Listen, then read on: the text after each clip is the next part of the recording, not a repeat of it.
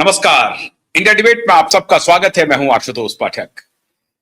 मित्रों, Donald Trump के बारे में आज बहुत कुछ चर्चा करनी पड़ेगी, और नरेंद्र मोदी जी के बारे में, और ईरान के बारे में।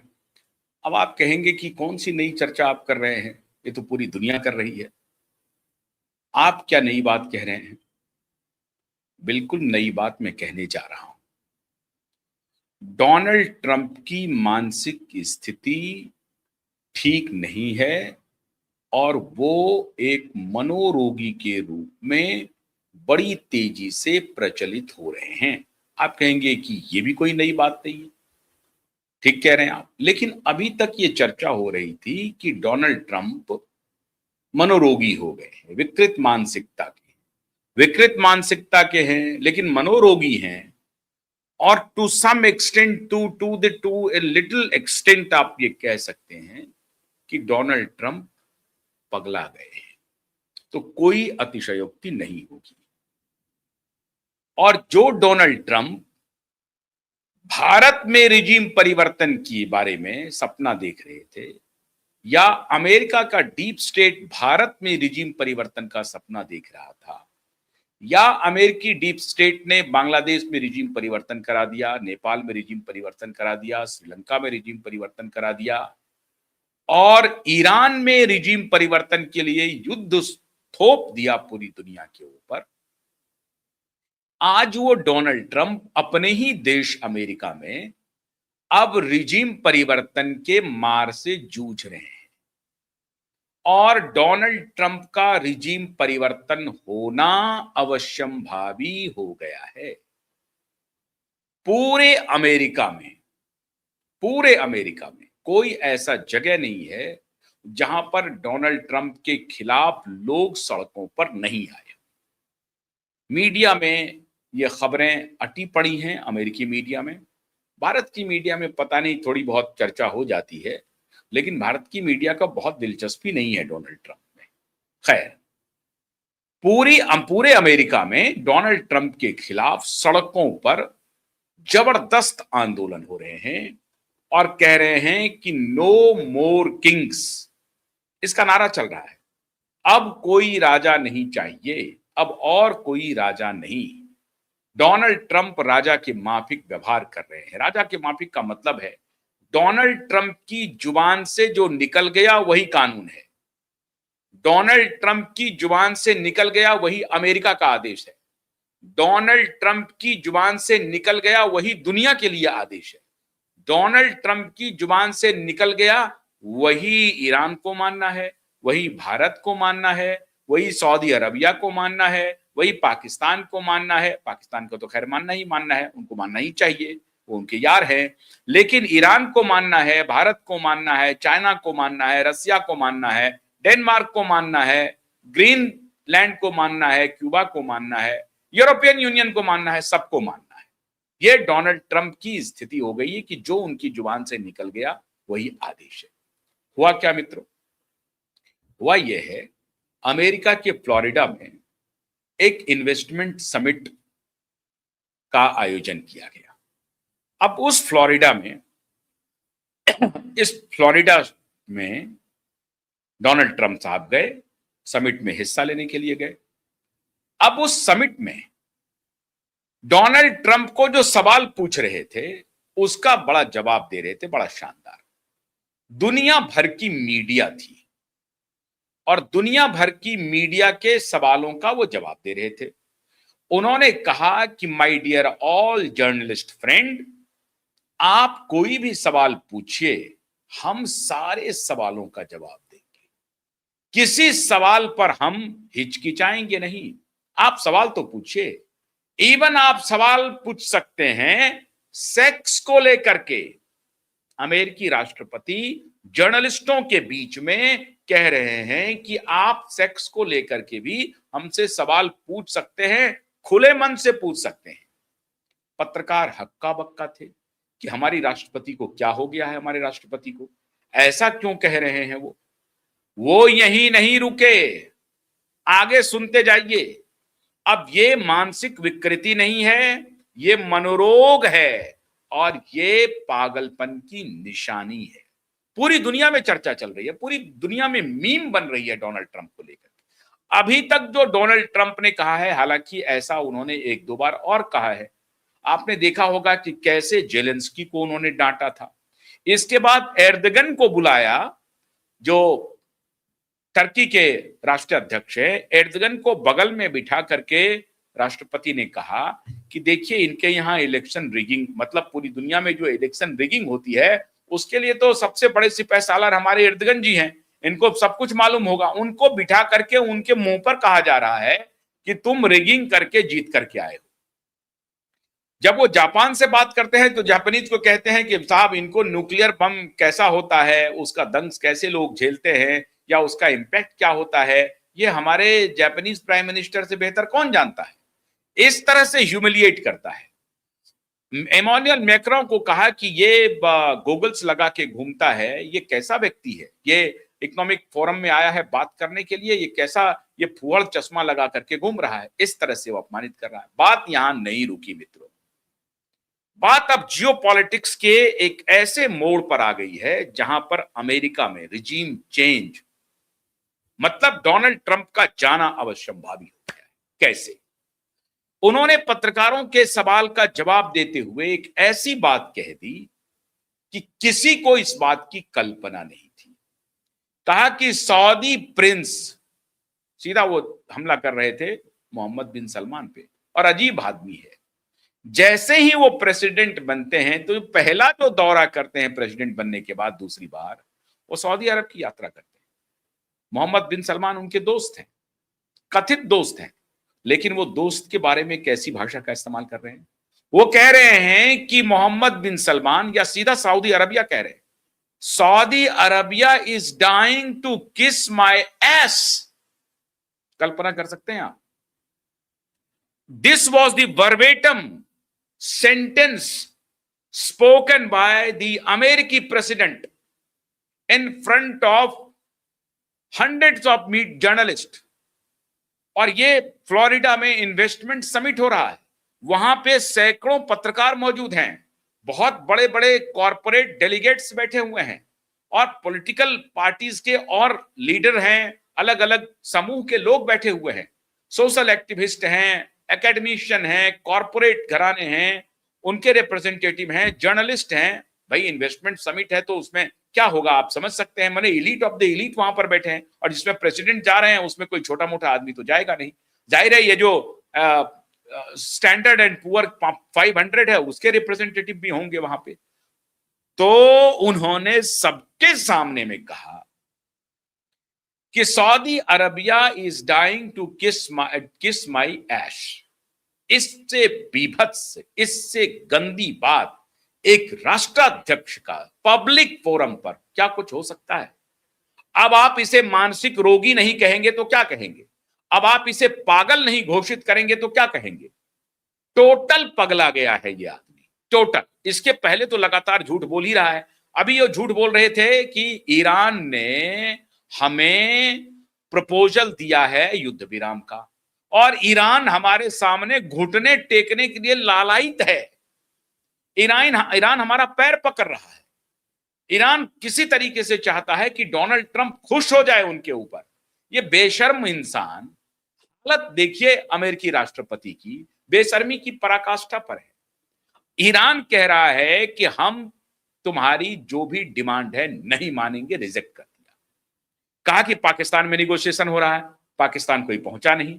फिर कहा कहीं और निगोशिएशन हो रहा है, कहीं नहीं पहुंचा। और इधर से हूती विद्रोही हमला करते हैं। उनके कल जो स्पोक्स पर्सन, उन्होंने कहा कि हम इस वॉर में इजराइल को नहीं छोड़ेंगे, इजराइल पर हमला करना शुरू कर दिया। अमेरिकी स्थिति मित्रों ये हो गई है कि लगातार अमेरिकी राष्ट्रपति के स्टेटमेंट के बाद अमेरिका का स्टॉक मार्केट जबरदस्त तरीके से क्रैश कर रहा है। 4.8 ट्रिलियन डॉलर स्वाहा हो गया है।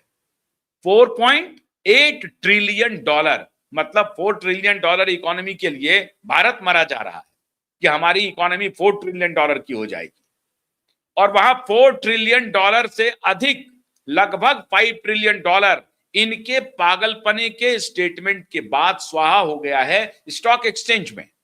और इसको देखते हुए एलन मस्क को इन्होंने बुलाया भारत के प्रधानमंत्री मोदी से बातचीत करने के लिए, और तब एलन मस्क आए। हालांकि भारत सरकार ने अभी तक इसकी पुष्टि नहीं की। हमने एक शो करके आपको बताया हुआ है कि एलन मस्क क्यों आए, क्यों भारत सरकार इसको छिपा रही है, मुझे समझ में नहीं आ रहा है। भारत सरकार को बोलना चाहिए था, लेकिन ये खबरें अमेरिकी मीडिया के माध्यम से आ रही है। वहां की स्थिति इतनी खराब हो गई है क्योंकि ये जो सड़क पर जो आंदोलन हो रहा है, नो मोर किंग्स, इसका मतलब ये है कि ये जो मिड टर्म इलेक्शन है उसके पहले ही राष्ट्रपति निक्सन की तरह हालात होने जा रहे हैं डोनाल्ड ट्रंप के। और जो डोनाल्ड ट्रंप रिजीम परिवर्तन का चौसर खेल रहा था, हर जगह वो रिजीम परिवर्तन करा रहा था अपने डीप स्टेट के इशारे पर, अब वो स्वयं रिजीम परिवर्तन के दंश को झेलने जा रहा है अमेरिका में। और वो दिन दूर नहीं है कि हो सकता है कि अभी तो आंदोलन सड़क पर चल रहा है, इसके बाद हो सकता है कि कहीं इंपीचमेंट न लेकर के आया जाए पार्लियामेंट में, अमेरिकी संसद में हो सकता है कि डोनाल्ड ट्रंप के खिलाफ निक्सन की माफिक इंपीचमेंट आ जाए और बिफोर मिड टर्म इलेक्शन आ जाए। ऐसा भी हो सकता है। अब इस स्थिति का अगर सामना डोनाल्ड ट्रंप करते हैं तो उनकी क्या हैसियत रहेगी। बावजूद उसके उन्होंने मोहम्मद बिन सलमान के बारे में कही। क्यों कहा मोहम्मद बिन सलमान के बारे में? क्योंकि कुछ दिन पहले मोहम्मद बिन सलमान को उन्होंने कहा कि ईरान वॉर में हमारे साथ आ जाओ, लेकिन सऊदी अरबिया वॉर करने के लिए तैयार नहीं है। उन्होंने यूनाइटेड अरब अमीरात को कहा कि हमारे साथ वॉर में शामिल हो जाओ, यूनाइटेड अरब अमीरात ने भी शामिल होने से मना कर दिया। टर्की ने कहा कि हम अपना अलग रास्ता अख्तियार करेंगे, इंडिपेंडेंट रहा है, पाकिस्तान की कोई हैसियत नहीं है। पाकिस्तान, टर्की, इजिप्ट अपनी एक मीटिंग कर रहा है सऊदी अरबिया के साथ। मतलब अमेरिकी राष्ट्रपति की आदेश की सीधी सीधी अवहेलना हो रही है। उनका आदेश दो कौड़ी का रह गया है। सऊदी अरबिया मानने के लिए तैयार नहीं है। जो सऊदी अरबिया पूरी तरह से अमेरिकी मदद पर डिपेंडेंट है। आज अगर सऊदी अरबिया बचा हुआ है ईरान के हमले से, तो ये सिर्फ अमेरिका है। लेकिन अमेरिका कह रहा है सऊदी अरबिया को कि ईरान के साथ युद्ध में हमारे साथ शामिल हो जाओ। सऊदी अरब शामिल होने के लिए तैयार नहीं है। और ईरान कहता रहा है कि ये जो यूनाइटेड अरब अमीराट्स के देश हैं, सऊदी अरबिया हैं, इनके जो डिक्टेटर हैं ये अमेरिका के चमचे हैं, ये अमेरिका का जूता ढो रहा है। ईरान के जो सर्वोच्च लीडर थे आयतुल्लाह खुमैनी, वो खुलेआम ये कहते थे कि हमारे पड़ोस के जो सुन्नी कंट्री हैं, उनके जो डिक्टेटर हैं वो और कुछ नहीं है, अमेरिका के जूते ढोने वाले हैं, अमेरिका के चापलूस हैं, अमेरिका की चमचागिरी कर रहे हैं, अमेरिकी मदद पर टिके हुए हैं। और इसीलिए सुन्नी और सिया में लगातार वॉर चल रहा था। सऊदी अरबिया, यूनाइटेड अरब अमीरात और ईरान, ये दोनों दुश्मन बने हुए थे। और यही कारण है कि इराक भी दुश्मन बना हुआ था।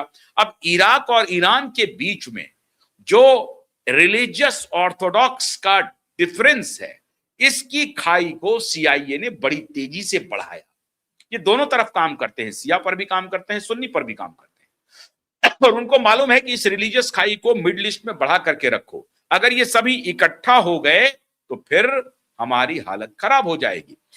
सीआईए को खबर लग गई थी हाथ में कि आयतुल्लाह खुमैनी के मरने के बाद हो सकता है कि उम्मा, जो मुस्लिम बिरादर कहते हैं, मुस्लिम उम्मा की जो बात करते हैं इस्लामिस्ट और खास तौर से कट्टर इस्लामिस्ट करते हैं, उनके पास से यह खबर आ रही थी सीआईए को कि हो सकता है कि सुन्नी और सिया आयतुल्लाह खुमैनी की मृत्यु के बाद एक हो जाए। अकेले सिया की आबादी पूरी दुनिया में लगभग 20 करोड़ के आसपास है, और अगर सुन्नी की का आंकड़ा उसमें जुड़ जाता है तो आप समझिए इतनी आबादी, लगभग 35-40 करोड़, 50 करोड़ की आबादी, 60 करोड़ की आबादी, 40 करोड़ से कम नहीं होगा सुन्नी की आबादी, उससे अधिक ही होगा। तो ये 100 करोड़ के करीब की आबादी अगर अमेरिका पर टूट पड़ता है तो क्या हालत होगी।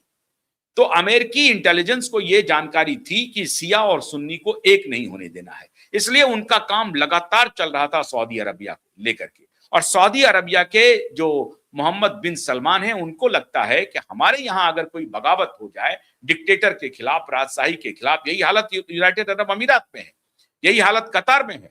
हर जगह जहां जहां जो भी यूनाइटेड अरब अमीरात के देश हैं, हर जगह उनकी तानाशाही है, डिक्टेटरशिप है, राजशाही है। और सभी राजशाही को डोनाल्ड ट्रंप कहते हैं कि ये हमारा आदमी है और ईरानी कहते हैं कि ये डोनाल्ड ट्रंप का चमचा है। तो ये शिया और सुन्नी को एक रास्ते पर, एक पेज पर नहीं आने देने की लगातार कवायद चल रही है अमेरिका के द्वारा। और अमेरिका ये चाहता है कि किसी भी सूरत में शिया और सुन्नी का एका नहीं हो, उधर काम ये हो रहा है। लेकिन खबर मिली थी कि शिया और सुन्नी एक हो रहे हैं, इसीलिए उन्होंने सऊदी अरबिया को और यूनाइटेड अरब अमीरात को कहा कि युद्ध में हमारे साथ खड़े हो जाओ। युद्ध में खड़ा नहीं हुआ सऊदी अरबिया, वो खुद को सेव भी नहीं कर पा रहा है। लगातार यूनाइटेड अरब अमीरात पे, सऊदी अरबिया पे लगातार उनके हमले जारी हैं। अब उनके जो दूसरे हैं हिजबुल्ला और हूती, वो भी हमले कर रहे हैं। हूती का आक्रमण का केंद्र अब इजराइल बन गया है। तो यमन साथ में खड़ा हो गया, जो पहला देश अगर आप कहें तो खुल करके अगर ईरान के साथ आया है तो वो यमन का हूती विद्रोही है। वही अब ईरान के साथ खड़ा है जो कि इजराइल पर सीधा सीधा हमला कर रहा है। अब ऐसी परिस्थिति में सऊदी अरबिया अमेरिका की बात नहीं मान रहा है, यूएई अमेरिका की बात नहीं मान रहा है, टर्की बात नहीं मान रहा है। पाकिस्तान को हालांकि वो कहेगा तो हमारे साथ युद्ध में शामिल हो जाओ, हो जाइए, तो होना मुश्किल है, क्योंकि मौलाना मुनीर ने पहले ही कह दिया है कि साहब मेरे साथ हमारे यहां जो 300 शिया मुस्लिम सैनिक हैं, उन्होंने साफ साफ हथियार डाल दिया है, हमारी सेना में बगावत हो जाएगी। तो मौलाना मुनीर जो है किसी भी सूरत में अपने को संभवतः अमेरिका के पक्ष में खड़ा नहीं कर सकता है। ये हालात हैं। अब ऐसी परिस्थिति में पाकिस्तान भी उनके साथ खड़ा होने के लिए तैयार नहीं है। पाकिस्तान ये कह रहा है कि हम आपसे बातचीत करेंगे, बातचीत करके कोशिश करते हैं कि ईरान, इजराइल, अमेरिका की युद्ध को खत्म कर दिया जाए। अब इसलिए मैंने आपको बताया था कि एक दिन अमेरिका का निशाना पाकिस्तान होगा। अब उस पाकिस्तान को लेकर के वो सोच रहे हैं कि अगर पाकिस्तान को हम निशाना बनाएंगे तो भारत से हमें दोस्ती बरकरार रखनी पड़ेगी, और एशिया में अगर कोई हमारा मित्र हो सकता है तो भारत हो सकता है। लेकिन भारत ऐसे व्यक्ति के ऊपर कैसे भरोसा करेगा जो आज कहता है 25%, कल कहता है 50%, परसों कहता है 500%, और जब सुप्रीम कोर्ट उनको ऑर्डर को स्टक डाउन करता है तब वो पीछे हटता है, उसके बाद भी वो थोपे जा रहा है। तो मित्रों, अब ये स्थिति ये हो गई है कि डोनाल्ड ट्रंप की वजह से जो उनके 2, 4, 5, 10 जो उनके साइकोपेंट हैं उनके एडमिनिस्ट्रेशन में, उनको छोड़ करके पूरे अमेरिका में डोनाल्ड ट्रंप के खिलाफ बगावती तेवर अपना लिया गया है। बिजनेसमैन पूरी तरह से नाराज हो चुके हैं, और जिस रिजीम परिवर्तन का सपना वो दुनिया के लिए देखते थे, ईरान के लिए देखते थे, उनका सपना, बल्कि अमेरिकी डीप स्टेट का सपना भारत है सबसे बड़ा, तो भारत में वो देखते थे, वो सपना तो पूरा नहीं होगा। लेकिन ये तय है कि अमेरिका में रिजीम परिवर्तन होने जा रहा है, और इसकी एक ही वजह है अमेरिकी राष्ट्रपति डोनाल्ड ट्रंप का पागलपना, पागल होना, मानसिक रोगी होना। और मानसिक रोगी मैं नहीं कह रहा हूं, पूरी दुनिया कह रही है उनके स्टेटमेंट पर, जो स्टेटमेंट वो पत्रकारों के बीच में दे रहे हैं, एलिटिस्ट ऑफ एलिटिस्ट बिरादरी के साथ बैठे हुए हैं और वहां वो इस तरह का बयान दे रहे हैं। तो इससे साबित होता है कि डोनाल्ड ट्रंप अब अपनी पूरी साख गंवा चुके हैं, वो मानसिक रोगी हो चुके हैं, और डोनाल्ड ट्रंप का रिजीम परिवर्तन होना अवश्यंभावी है अमेरिका में। बस डेज आर काउंटिंग नाउ। बहुत बहुत शुक्रिया, नमस्कार।